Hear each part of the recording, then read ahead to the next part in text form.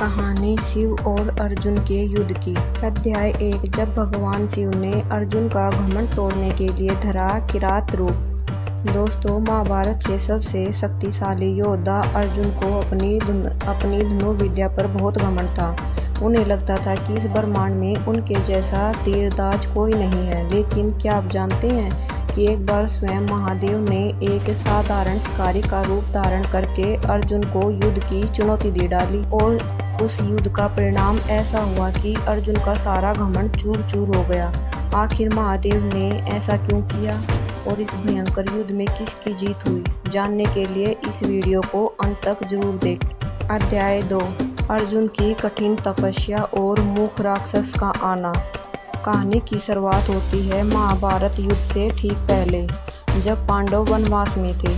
भगवान कृष्ण की सलाह पर अर्जुन ने स्वर्ग के अस्त्र शस्त्र, विशेषकर महादेव का पाशुपत्रास्त्र प्राप्त करने के लिए हिमालय के इंद्रकील पर्वत पर घोर तपस्या कर रहे थे। अर्जुन की तपस्या इतनी कठोर थी कि उनके चारों ओर एक दिव्य अग्नि उत्पन्न हो गई थी।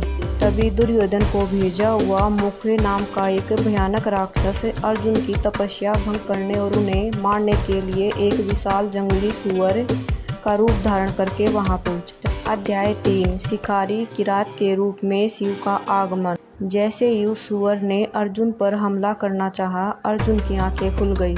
उन्होंने तुरंत अपना गांडीव धनुष उठाया और उस पर तीर चढ़ाया। लेकिन ठीक उसी पल वहां एक साधारण भील शिकारी, जिन्हें ग्रंथों में किरात कहा गया, प्रकट हुआ। उस शिकारी के साथ उसकी पत्नी और उसके सैनिक भी थे। शिकारी ने दूर से ही कड़क आवाज में अर्जुन से कहा, ठहरो तपस्वी, इस जीव पर पहला अधिकार मेरा है, क्योंकि यह मेरा शिकार है। इस पर तीर मत चलाना। लेकिन घमंडी अर्जुन ने शिकारी की बात को अनसुना कर दिया और तीर चला दिया। ठीक उसी क्षण उस शिकारी ने अपना तीर छोड़ दिया। दोनों तीर एक साथ जाकर उस राक्षस को लगे और वह वहीं ढेर हो गया। अध्याय 4। अर्जुन का घमंड और शिव से भयंकर युद्ध। सुअर के मरते ही अर्जुन और उस शिकारी के बीच बहस छिड़ गई कि इसका शिकार किसका है। अर्जुन ने अहंकार में कहा, तुम एक साधारण शिकारी हो, मुझकर श्रेष्ठ धनुधारी को चुनौती दे रहे हो, पीछे हट जाओ वरना मारे जाओगे। शिकारी ने हंसते हुए कहा, अगर तुम्हें अपनी कला पर इतना ही नाज है तो मुझसे युद्ध करके जीत लो। फिर क्या था, दोनों के बीच भयंकर युद्ध शुरू हो गया। अर्जुन ने एक के बाद एक कई दिव्य बाण चलाए, लेकिन वे सारे बाण उस शिकारी से टकराकर ऐसे गायब हो रहे थे जैसे मानो आग में पानी की बूंदें। अर्जुन हैरान रह गए। जब उनके सारे तीर खत्म हो गए तो उन्होंने अपने धनुष से शिकारी पर वार करना चाहा, लेकिन शिकारी ने खेल ही खेल में अर्जुन का गांडी धनुष भी छीन लिया। अब अर्जुन निहत्थे हो चुके थे, उनका घमंड टूटकर बिखर रहा था। अध्याय 5। शिव का दिव्य प्रकटीकरण और पाशुपत्रास्त्र दान।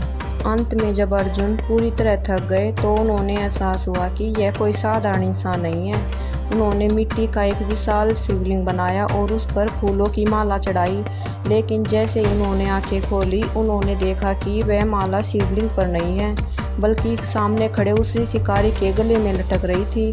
अर्जुन तुरंत समझ गए कि यह स्वयं ब्रह्मांड के स्वामी महादेव उनके सामने खड़े हैं। अर्जुन अपनी भूल पछताते हुए शिव के चरणों में गिर गए और क्षमा मांगी।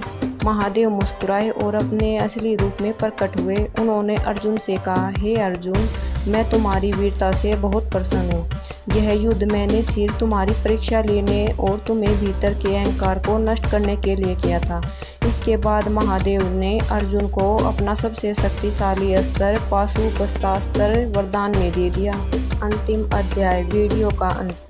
दोस्तों, यह कहानी हमें सिखाती है कि इंसान के पास चाहे कितनी भी शक्ति हो या ज्ञान क्यों ना हो, उसे कभी भी घमंड नहीं करना चाहिए, क्योंकि वक्त आने पर ईश्वर उस घमंड को जरूर तोड़ते हैं।